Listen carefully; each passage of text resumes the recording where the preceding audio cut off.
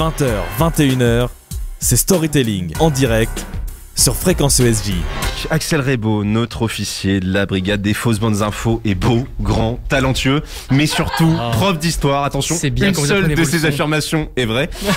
Et petit indice, il remonte maintenant le temps ce soir pour vous présenter un chirurgien complètement fou. Axel, vous nous racontez comment un certain Dr Kane s'est opéré lui-même et 2 fois en plus. Mesdames et messieurs, je sais, oui, vous m'adorez, je sais, Non, non. vous m'adulez. Du calme, du Et calme. je sais aussi que vous me trouvez complètement taré, mais je vous rassure, il y a carrément pire que moi. Ah bon? Permettez-moi de vous présenter, Bastien et chers auditeurs, Evan O'Neill Kane, prestigieux chirurgien américain.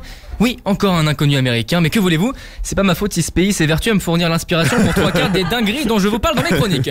On est donc en 1921 et le Dr Kane a 60 ans et le médecin se rend compte qu'il souffre d'une crise d'appendicite. Et oui, ça arrive, c'est son frère, le docteur Thomas Kane, qui doit donc l'opérer. Oui, son frère était aussi chirurgien, leur maman devait être très très fière, Oui. m'a-t-on dit. Sauf que juste avant de lui dire, allez petit frère, on respire un grand coup, le gaz hilarant, tu dodo et moi je t'opère, Evan lui dit, non, attends, j'ai une idée. En fait, non, pose ce bistouri. C'est moi qui vais m'opérer. Pourquoi faire? Pourquoi faire? Parce qu'il fait pas confiance à son grand frère, c'est tout, hein, moi non plus, hein, je fais pas confiance à mon frère. Super sympa. Et c'est une équipe d'infirmières et un frère du coup un peu étonné qui font face au Dr Kane. Dr Kane, lui, il est bien décidé à s'auto-opérer. La salle d'opération décide finalement d'aider quand même un petit peu le vieil homme à s'enlever l'appendice. Je sens que vous êtes un peu troublé, donc je vais mettre un peu de musique.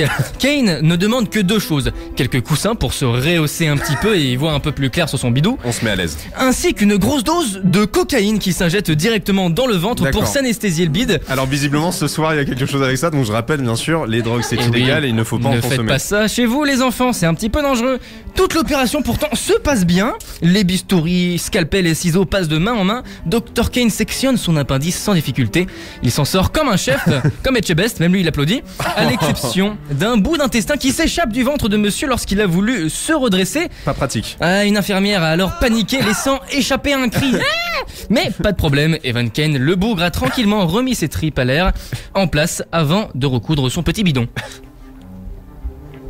Et l'opération, qui a duré une demi-heure, a été un succès total. Plus de crise d'appendicite, si bien que le Dr Kane a retenté l'expérience quelques années plus tard, cette fois-ci pour s'opérer d'une hernie. Et oui, une hernie c'est un peu plus compliqué. Le chirurgien est décédé en fait 3 mois plus tard après cette seconde opération par une pneumonie. La seule chose qu'il ne pouvait pas opérer lui-même. C'est dommage. Merci Axel. 20h, 21h, c'est Storytelling en direct sur Fréquence ESJ.